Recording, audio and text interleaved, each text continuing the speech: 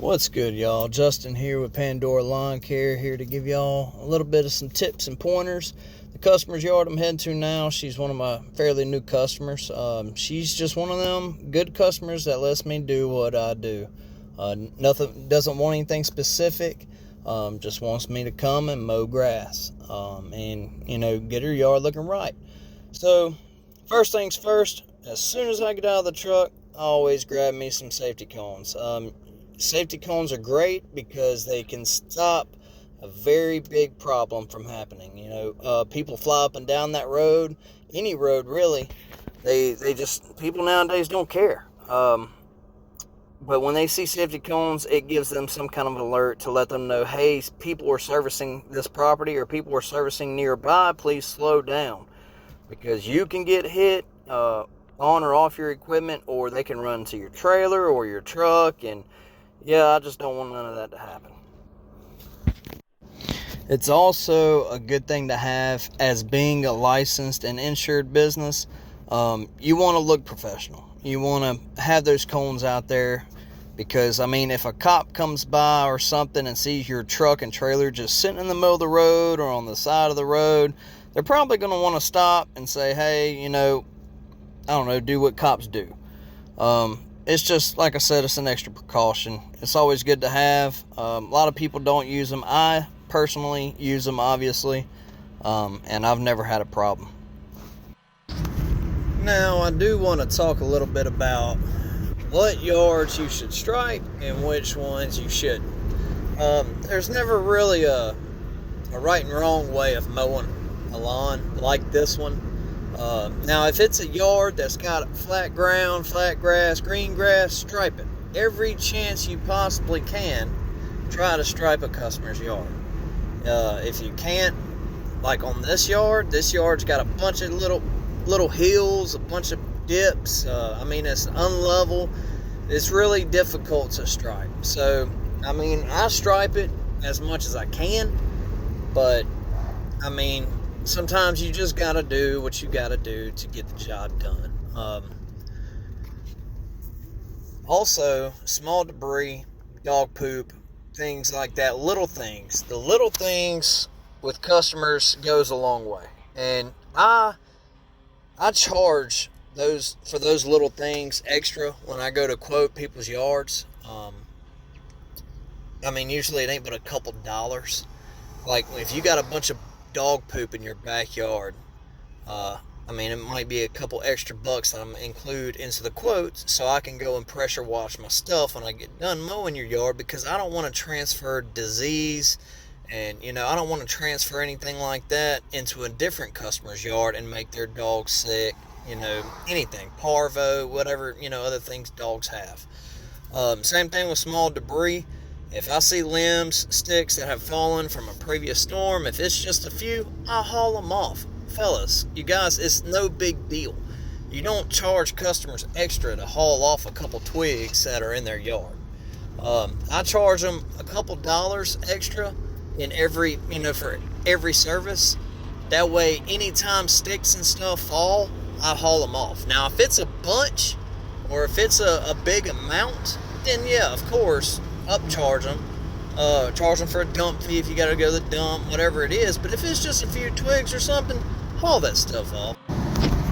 Now, I do want to talk a little bit about what I was talking about earlier. Being a licensed and insured company, you want to take precautions. When it comes to mowing, especially around people's yards and around their cars, things like that, you want to invest in a chute blocker. Chute blockers are going to be your best friend, and they're going to save your butt when there's a bunch of little rocks and little sticks out on the property.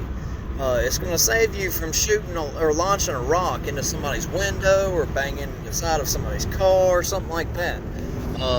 They're probably one of the best investments a lawn care guy can make, especially being a solo lawn care guy.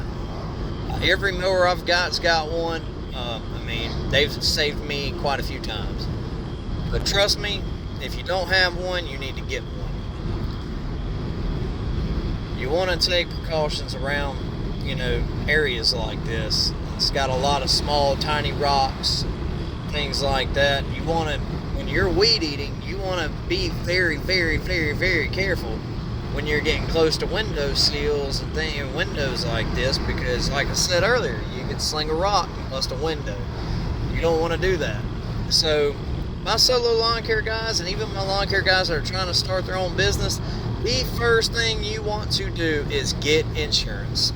Insurance is going to be your best friend. It ain't but like, for a solo, I'm solo for my company, for just me, it ain't but like 40-50 bucks. I mean, now I pay a lot more because I've got other things added into my insurance, but just starting out, get insurance. $40-50 a month is nothing when you're making, you know, a few $1,000s a month if you're really hustling, you know. But get that. It's going to save you in the long run. Now, the good thing is about this truck, it was a beater truck. $5,000-$6,000 vehicle that I converted into a straight beat up lawn care work truck. That's the reason why you see these cheap racks drilled to the sides. I mean, honestly, I don't care. Until I get something nicer is when I'm gonna start getting, you know, actual good name brand stuff. I even have ramps for the back of my truck. Instead of getting that ramp rack that's thousands of dollars, I just bought some nice heavy duty ramps, and my little stand-on mower that I'm on now, I can drive that thing right on up it and right on down it. So most of the time when I'm doing my cookie cutter properties, it's just me, my truck, and my little mower. I ain't got to bring my big heavy duty bad boy and my trailer and all that, you know. It's easy peasy. Now with blowing, you do not want to blow your trimmings into the street. If you can avoid it, get those trimmings out of the street. Be professional, you guys. I mean, it's easy. It don't take but a couple minutes.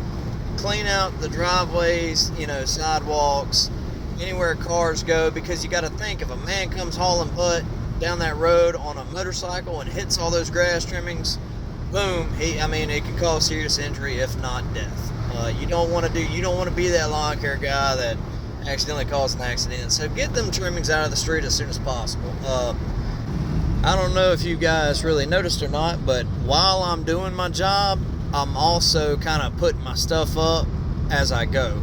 It makes the end of the day, it makes the end of the property, end of the job a lot quicker, a lot smoother. That way all I got to do is pick up my cones, lift my ramp, and take off. But that about wraps it up. Like I said, there's going to be a lot more videos like this where it's just little simple tips and tricks on yards that, you know, down here in the South, we don't have the most perfect yards. We've got a few, but there ain't many. I've got a bunch of yards that are pretty rough to cut. But I also got a bunch of cookie cutter HOA neighborhoods, so I look forward to making a bunch more videos and tips and tricks on how to, you know, do certain things on certain yards, on, you know, specific yards, things that a lot of people have that struggle with. But y'all remember, if it's growing, I'm mowing.